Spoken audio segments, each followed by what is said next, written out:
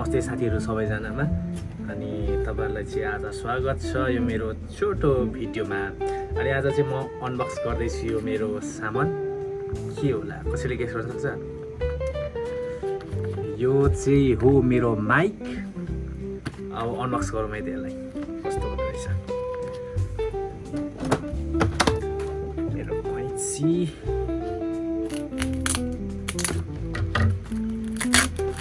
अस्ति मगाएको तर के भन्छ यो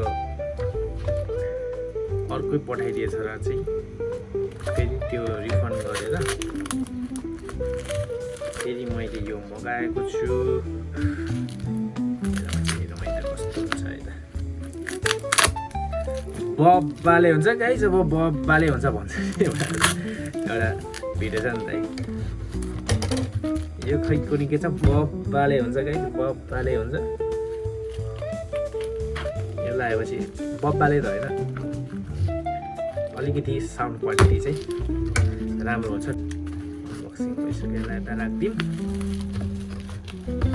हल्का लामो हुन्छ होला, माइन्ड नगर्नु होला।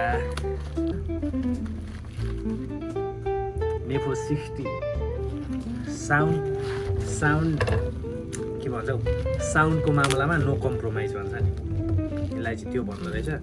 अनि मलाई चाहिँ यस्तो पड्काउनु बड्ड दामी लाग्छ यार। कोकोलाई यस्तो पड्काउनु एकदम सेटिस्फाई क्या। कोकोलाई मनपर्छ यस्तो कमेन्ट गर्नु होला। पचपन यसलाई रातभरि पड्काउनुपर्छ। यसलाई म अनबक्स गर्छु है त कस्तो हुन्छ।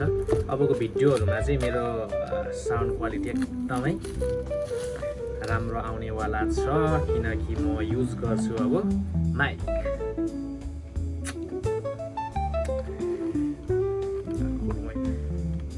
कता हो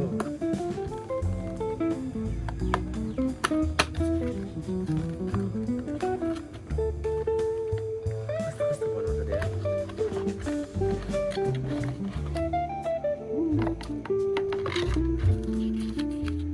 यो माइक चलाउने ओर्ने केहरू रहेछ यो।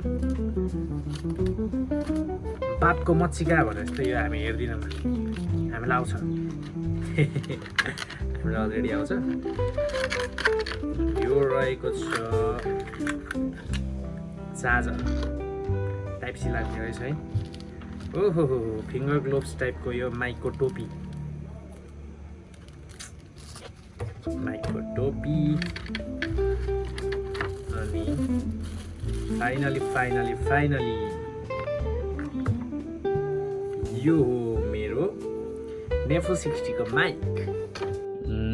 यसको चाहिँ बट्टा यस्तो छ, अनि भित्र यो यस्तो छ। एउटा चाहिँ मैले कनेक्ट गरेँ,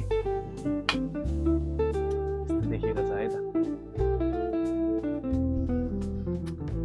अबको भिडियो चाहिँ एकदम राम्रो आउँछ भन्दा पनि साउन्ड क्वालिटी चाहिँ अलिकति राम्रो आउँछ। मेरो त्यो चप्पल खराक गरेको चाहिँ तपाईँहरूले सुन्नु पर्दैन।